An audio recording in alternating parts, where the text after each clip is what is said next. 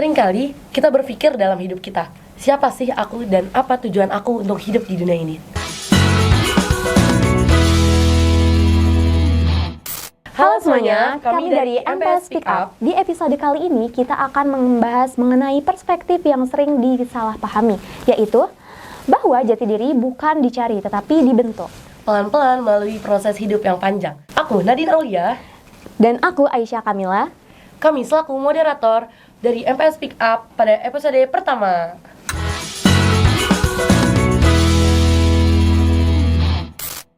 Banyak orang menunggu sampai menemukan dirinya, seolah-olah ada kertas yang tiba-tiba jatuh dari langit. Benar. Padahal kita yang menentukan nilai apa yang ingin kita pegang, jalan mana yang ingin kita tempuh. Kami yang memutuskan bagaimana kita untuk berpikir, berproses, dan hidup. Banyak orang bilang, kenali dirimu. Mungkin terlihat sederhana, tetapi sebenarnya perjalanan yang berat itu bukan untuk melawan dunia, tetapi menyelami diri sendiri. Di mana diri kamu sekarang, bagaimana diri kamu, dan siapa sebenarnya kamu dalam memahami harapan orang lain. Banyak ya yang relate sama topik kita kali ini. Iya kan? Nah, kita tuh udah kedatangan lah dua narasumber yang keren banget yang akan menjawab semua pertanyaan-pertanyaan kita. Nah, siapa tuh? Langsung aja kali ya kita panggil Aliomi Cendikia dan Nashwa Raihana. Halo semuanya. Perkenalkan, aku Aliomi Cendikia Wijaya, biasa dipanggil Yumi dari kelas 10 PK 3. Dan aku Nashwa Raihana, bisa dipanggil Hana dari kelas 10 PK 4. Dari PK nih. Iya, dari PK. Kalau kita dari IPA nih. Salam nih Pak. Gimana nih sekarang? Apa kabar? Baik, alhamdulillah. Kalian tahu nggak sih apa nih yang pengen kita bahas kali ini? Apa ya Yum? Tadi kita dengar Tadi deh. dari luar tuh ada kedengeran sedikit tentang apa ya? Diri. Terus aku dengar jati gitu. Diri jati. Salah. Jati diri ya, jati diri kan? diri. Iya, teman-teman di sini kita akan membahas tentang jati diri. Jati diri tuh, kalau menurut definisi kalian sendiri, menurut Yumi, menurut Hana, apa sih definisi jati diri menurut kalian masing-masing? Sok, gimana? Menurut aku jati diri tuh sebagai landasan kita hidup ke depannya mau gimana, kayak diri kita siapa, tujuan kita sebenarnya mau apa hidup di dunia ini, teman-teman. Nah, kalau menurut aku sendiri, jati diri itu ketika kita tuh udah tahu nih bakat kita apa, potensi diri kita apa, sehingga dengan kita mengetahui itu tuh kita bisa mendalami, terus kita bisa terus mencari sampai Iya, akhirnya bener banget. ya hidup kita tuh bisa bakat itu tuh bisa kita gunakan untuk kehidupan kita di masa depan gitu teman-teman. Setuju. Nah, Setuju tapi kan jati diri ini bukan dicari ya, tapi dibentuk. Nah, gimana caranya membentuk jati diri ini sendiri? Oke, jadi yang pertama ini kita tuh harus punya prinsip hidup teman-teman. Jadi kalau kita udah punya prinsip hidup, kita tuh gak bakal ikut-ikutan sama orang lain, gak bakal selalu ikut FOMO ke orang lain. Apa sih? Kita gak bakal ikut-ikutan sama apa yang orang lain lakuin. Jadi kalau misalnya kita punya prinsip, ya kita bakal berjalan di prinsip itu, gitu teman-teman. Nah, tapi gimana nih cara kita untuk meneguhkan prinsip kita dikala kita itu harus berinteraksi dengan orang lain? Kadang kan ada tuh orang-orang yang sebenarnya tuh punya prinsip hidup, tapi karena lingkungan sekitarnya, jadi Yang kayak kurang dia tuh mendukung ikut, jadi dia, kayak gitu. prinsip hidupnya tuh jadi terkikis pelan-pelan. Kalau menurut aku sendiri nih ya, kita tuh hidup di HK bertemu dengan orang-orang baru kan, orang-orang yang random, kita nggak tahu tuh mereka latar belakangnya apa, mereka tujuannya mau kemana, tapi kita harus mengenali diri kita sendiri. Kita kan tahu kita siapa, kita mau kemana, tujuan kita apa. Jadi ibaratnya nih ya teman-teman, kita tuh lagi halaqah keluar nih, satu kelompok isinya 20 orang, terus tujuan kita tuh pastinya berbeda-beda juga. Misalkan tujuan aku mau ke Fajar. Nah, terus selama perjalanan dari HK ke Fajar itu, kok kayaknya teman-teman aku semakin berkurang ya. Ada yang udah mampir duluan beli serebi Solo, atau udah beli pisco duluan. Nah, sampai di tengah jalan itu, aku merasa kayak, kok aku sendirian? Tapi di situ justru pembentukan jati diri kamu tuh lagi berjalan gitu. Aku harus sadar kalau aku tuh memang tadi berjalan bareng-bareng, tapi aku berjalan dengan kaki aku sendiri. Jadi aku sendiri yang bakal nentuin ke depannya aku bakal kayak gimana. Jadi kita tuh fokus apa yang ingin kita tuju ya. Betul banget. Oke. Apalagi nih Hana tipsnya? Yang kedua nih, menggali potensi diri. Jadi teman-teman, setiap seorang itu pasti udah dipastikan punya potensi dalam dirinya. Kita punya kelebihan dan kekurangan masing-masing. Nah, misalnya nih, kita udah misalnya kita daftar KIR atau Karya Ilmiah Remaja. KIR itu gimana sih? Apa sih KIR tuh? Kayak pernah denger tapi aku gak tahu tuh KIR itu apa. KIR itu nih, kalau aku kan PK ya, jadi KIR aku tuh KIR Syar'i. Nah, KIR Syar'i itu kayak ya udah kita memperdalam di dalam, misalkan di ajaran Islam itu kan ada 4 mazhab tuh, ada mazhab Syafi'i, Hambali, Hanafi, dan Maliki. Nah, di situ kita mempelajari tuh empat-empatnya kayak latar belakangnya mazhab Syafi'i itu gimana dan tiga lain itu gimana. Jadi kita nggak cuma memandang dari satu pandangan doang gitu loh. Nah, kalau misalkan dari Kir IPA sendiri itu ada Kir Sains teman-teman. Nah, jadi Kir Sains itu gimana? Kayak Kir Sains itu tuh mempraktekkan teori-teori yang udah dibahas, kayak kita tuh membuktikan Iya, lagi tuh bener. teori yang pernah dibahas ya. Jadi kita kayak eksperimen setiap kita Kir teman-teman. Nah, buat teman-teman nih, kalau misalnya lagi proses pembentukan jati diri, nggak apa-apa, ikut aja Kir apa organisasi yang lainnya tuh. Nah gitu teman-teman.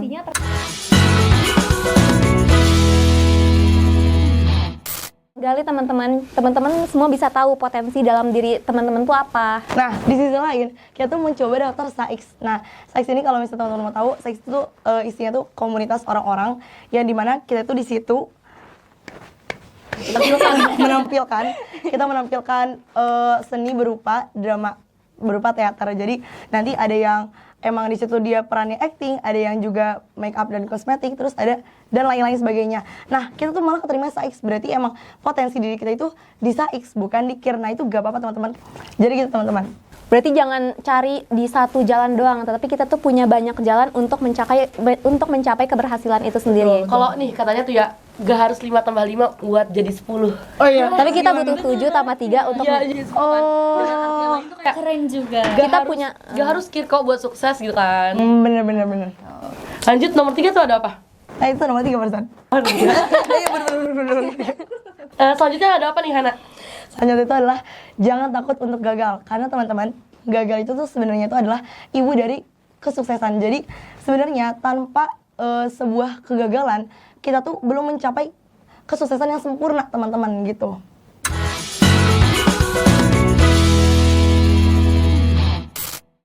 Nah, kalau misalnya nih aku mau nanya ke Yumi, gimana sih caranya tuh kita ngeyakinin diri kita sendiri kayak gak apa kok gagal gitu.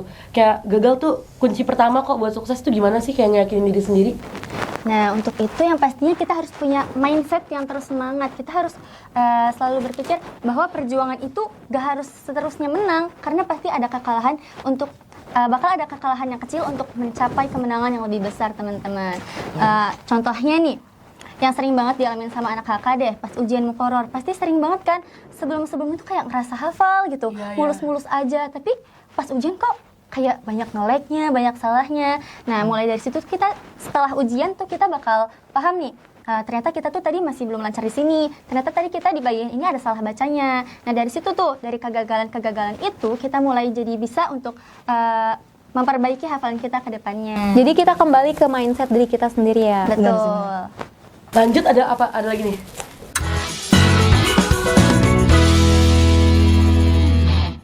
Yang keempat itu cari pengalaman hidup sebanyak-banyaknya. Karena gini teman-teman, kalau misalnya kita memperbanyak pengalaman hidup, kita tuh jadi bisa lebih tahu lagi sebenarnya ada gak sih potensi yang belum kita ketahui, belum kita keluarin gitu. Nah, dengan pengalaman-pengalaman yang banyak, itu kita bisa kayak, oh jadi sebenarnya kemampuan kita tuh sebenarnya ada banyak, tapi emang kita berarti belum mengembangkan kemampuan kita itu teman-teman. Ada lagi? Satu lagi ya terakhir. Percaya diri teman-teman. Wah, kalau menurut kamu nih percaya diri, gimana sih cara kita tuh biar percaya diri sama diri sendiri? Kan kadang orang mau nyoba tapi takut gitu kan karena percaya dirinya tuh kurang gitu. Gimana sih caranya? Salah satu tips and trick yang bisa aku kasih ke teman-teman nih untuk menumbuhkan rasa percaya diri, yaitu bergabung ke organisasi-organisasi yang ada di fasilitas di sekolah teman-teman. Misalnya kayak di HK. Di HK tuh ternyata banyak banget loh teman-teman, eskul, klub belajar, atau organisasi-organisasi lainnya yang bisa teman-teman ikutin. Kayak aku tuh dulu mungkin pas baru masuk HK, aku masih malu buat mengenal sekitar, buat bahkan untuk menyapa teman-teman baru aja kayaknya sapa gak ya? Masih malu-malu gitu kan ya. Apalagi untuk kakak kelas nih, nggak kayak sekarang. Misalkan aku sekarang ngobrol sama kakak-kakak sekalian kan udah ya enjoy aja. Nah, itu juga melalui pembentukan proses yang sangat panjang. Misalnya aku dari kelas 7 itu mulai dikenalin sama organisasi-organisasi, akhirnya aku masuk Capas, terus di kelas 8 mulai jadi Brigas, mulai jadi Dewan Galang, sampai kelas 9. Nah, di kelas 9 itu titik dimana aku merasa aku harus meningkatkan kepercayaan diri aku semaksimal-maksimalnya. Kayak mulai dari public speaking, terus segala kemampuan yang lainnya lah, aku harus mempelajari itu semua. Karena kita tuh hidup tuh untuk diri kita sendiri. Jadi kalau misalkan kita misalkan kita hanya punya kemampuan public speaking, tapi kita nggak tahu tuh kita mau ngomong apa gitu. Cuma punya kepercayaan diri aja. Nah, kita tuh nggak cuma harus punya itu, tapi kita harus punya bakat-bakat lainnya, mulai dari berpikir kritis. Kita harus mempelajari itu semua supaya kedepannya kita bisa lebih hidup mandiri dengan kepercayaan diri kita sendiri. Berarti jangan takut untuk mencoba ya. Iya, betul banget. Tapi kita juga berarti harus keluar dari zona nyaman nih. Benar-benar. Betul banget. Nah, ada yang bilang kalau misalnya kita gak keluar dari zona nyaman kita gak bakal bisa berkembang, teman-teman. Iya, benar-benar.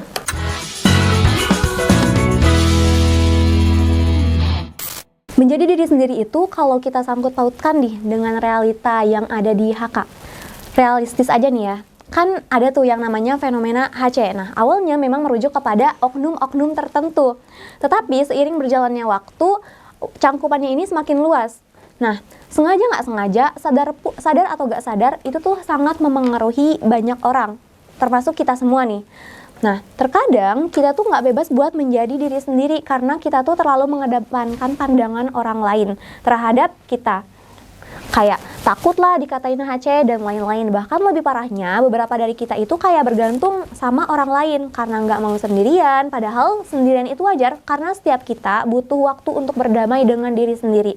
Dan sesuai dengan hakikat manusia, oke, manusia memang makhluk sosial. Kita saling membutuhkan satu sama lain. Tapi bukan berarti bergantung kepada orang lain. Di sisi lain, kita juga itu adalah makhluk individu yang masing-masing membutuhkan ruang untuk diri sendiri. Nah, menurut kamu gimana caranya untuk kita tuh gak bergantung sama orang lain gitu? Menurut aku ya teman-teman, ini sebenarnya kayak maksudnya mirip-mirip lah ya sama yang tadi. Yang pertama tuh kita emang harus punya prinsip. Balik lagi ke prinsip hidup berarti ya? Iya, balik lagi sebenarnya ini Karena semua prinsip balik-balik tuh aja. titik paling penting dalam hidup kita. Iya benar teman-teman. Kalau misalnya kita udah punya prinsip tuh semuanya tuh udah Ibaratnya tuh kayak tiang dalam hidup tuh ya, prinsip. Betul banget, betul. kayak Landasan dalam agama kayak gitu. Landasan dalam Istilahnya hidup, kayak gitu ya. istilahnya gitu. Nah, kayak kalau misalnya tadi disangkut pautin kan banyak orang yang kayak mungkin menyinggung ada istilah HC nih di HK. Nah, orang yang disorot ini kayak oknum-oknum yang disorot dengan kalimat tersebut merasa kayak gak pede, jadi kayak malu untuk bersosialisasi, malu untuk mencari jati dirinya itu kayak malu tuh. Kalau misalnya kita ganti sudut pandang, kita menempatkan diri kita tuh sebagai orang yang dilabeli dengan sifat kayak gitu, gimana ya caranya buat cobalah bersosialisasi gitu. Dan kalau misalnya ditukar sudut pandangnya kayak orang yang lebih dominan, gimana juga caranya biar menerima semua orang tuh? Yang pertama kita tuh harus cari tahu lagi sebenarnya hal yang kita lakuin itu benar-benar positif buat orang lain apa enggak. Karena bisa jadi menurut kita itu positif tapi ternyata orang lain tuh pikir sebenarnya ini harusnya jangan kayak gini gitu. Nah, takutnya kayak gitu. Jadi pertama kita harus cari tahu lagi sebenarnya apa yang kita lakuin itu benar-benar baik atau enggak. Terus yang kedua, kita tuh gak bisa kendaliin diri orang lain, tapi kita bisa kendaliin sifat kita sendiri. Jadi sebenarnya itu normal banget ya buat dibenci sama orang. Maksudnya itu normal banget buat ada orang yang gak suka sama kita. Tapi coba kita lihat dari orang-orang yang senang sama kita, pasti itu lebih banyak teman-teman. Jadi kalau misalnya ada orang yang benci sama kita ya udah gak apa-apa, ya itu urusan dia aja. Tapi kita gak usah peduliin mereka gitu. Jadi kita pedulin aja orang-orang yang selalu nge-support kita, orang-orang yang terus menyemangatin kita buat tetap melakukan hal positif itu gitu. Jadi Tapi omongan orang lain itu dijadiin bahan evaluasi gitu. iya benar, tetap jadiin bahan evaluasi buat kita.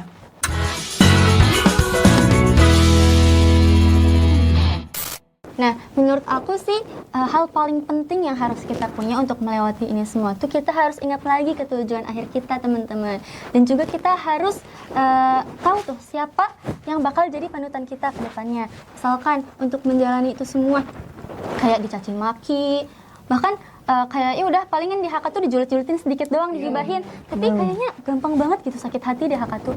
Padahal kita tuh punya teladan yang kayak Nabi Muhammad SAW yang walaupun udah dicaci maki, dilempari kotoran, tetap berjalan meneruskan dakwahnya kan sampai Islam berjaya sampai saat ini. Jadi kita juga harus yakin kayak omongan orang-orang tuh sebenarnya ada yang penting, ada yang enggak, dan kita harus bisa memfilter itu semua. Kita nggak usah tuh peduliin cemoohan orang lain, gibahan-gibahan lah. Kebiasaannya emang anak muda kayak sekarang apa-apa digibahin. Apalagi kayak di medsos juga netizen suka banget ngehujat kan. Kita tuh harus yakin kalau itu semua tuh sebenarnya nggak berpengaruh ke jalan kita. Kayak misalkan nih, aku mau cita-cita aku misalkan mau jadi penyanyi.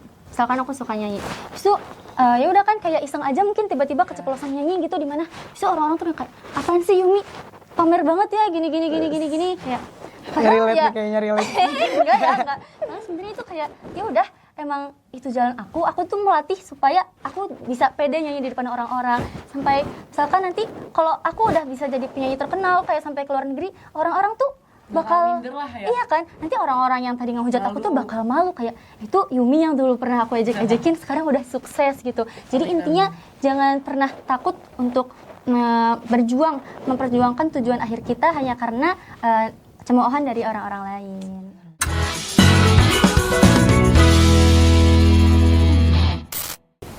Kayak gak kerasa tuh kan, kayak udah mau selesai aja nih episodenya. Kayak cepet banget ya.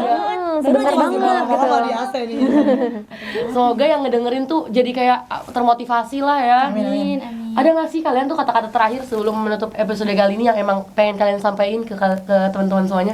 Nih, jadi teman-teman, menjadi diri sendiri itu bukan berarti keras kepala, bukan juga berarti menolak masukan, tapi itu tentang keberanian untuk bilang, Aku tahu siapa aku dan aku nggak perlu jadi versi lain hanya agar diterima.